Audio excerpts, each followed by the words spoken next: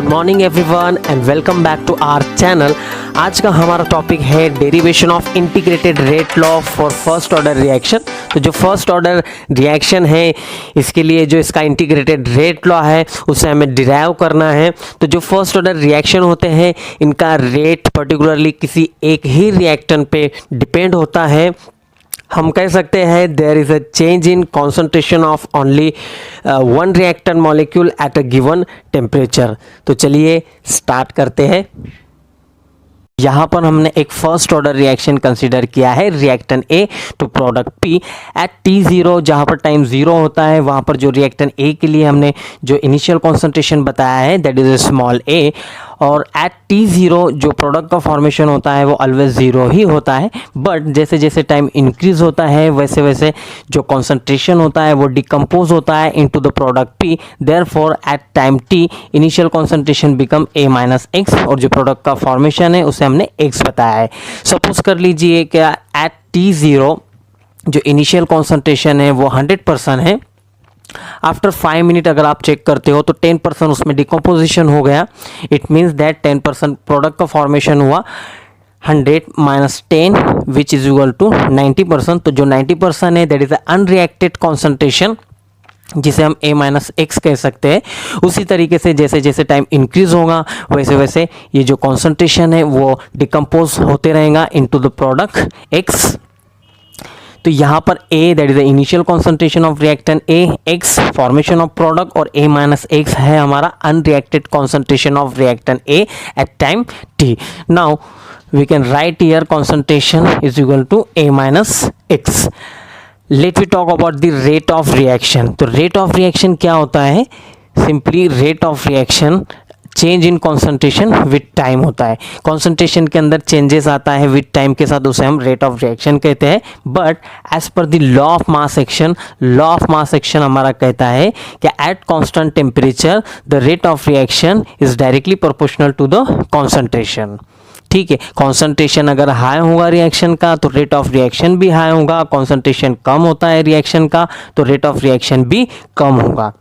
Therefore we can write here dx over dt is equal to K1 concentration।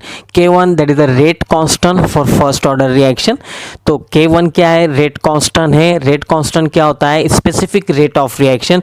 जब concentration 1 हो, unity में हो, ऐसी रिएक्शन का रेट उसे हम रेट कांस्टेंट कहते हैं। तो इसकी डिटेल हम एक अलग से वीडियो बना के डिस्कस कर लेंगे। नाउ यहाँ पर आप कॉन्सेंट्रेशन A माइनस एक्स में रिप्लेक्स करके राइट कर लीजिए। dx ओवर dt is equal to K1 A minus x, और इसे आप कह सकते हैं इक्वेशन नंबर 1। सिंपली आपको इक्वेशन नंबर 1 को रीअरेंज कर लेना है। Now rearrange equation number 1, dx ओवर A minus x is equal to K1 into dt, और आप इसे कह सकते हैं इक्वेशन नंबर 2। इस साइड का पार्ट में थोड़ा रफ कर देता हूं। Now let's continue. अब इक्वेशन नंबर 2 को हमें इंटीग्रेट करना है, इंटीग्रेशन लगाना है। Integrate equation number 2 on both side.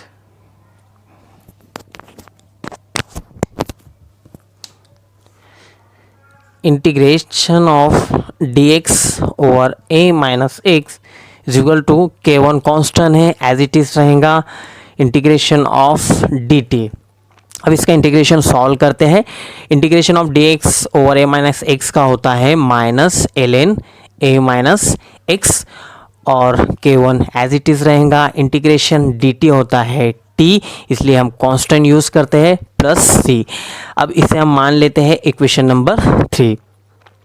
Now हम यहाँ से c का वैल्यू निकाल सकते हैं, वेयर T0 जो प्रोडक्ट का फॉर्मेशन होता है वो 0 ही होता है। तो आपको यहाँ पर x का वैल्यू रख देना है और t का वैल्यू रख देना है।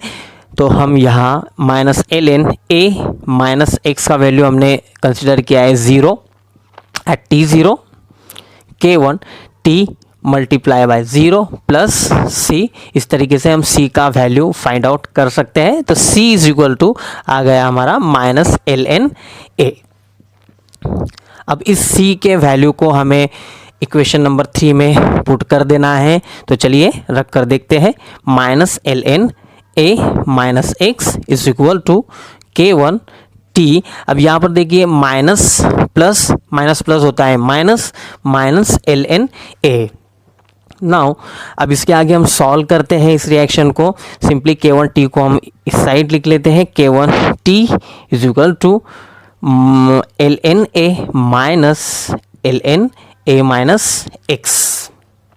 यहाँ पर आप देखिए एल एन लॉग है, तो हम लॉग को कॉमन रखेंगे और यहाँ पर जो t है इस साइड मल्टीप्लिकेशन फॉर्म में राइट हुआ है, तो हम इसे इस साइड में लिखते हैं तो डिवीज़न फॉर्म में चला जाएगा। K1 is equal to 1/t हो गया। यहाँ से हम एक लॉग को कॉमन ले लेते हैं, that is ln a over a minus x. अब यहाँ पर सिंपली हमें जो लॉग है इसे बेस 10 में चेंज करना है। तो जब लॉग बेस 10 में हम चेंज करते हैं, इट मीन्स दैट 2.303 से लॉग को हम मल्टीप्लाई कर देते हैं। तो इस साइड का जो पार्ट है मैं थोड़ा रफ कर लेता हूँ।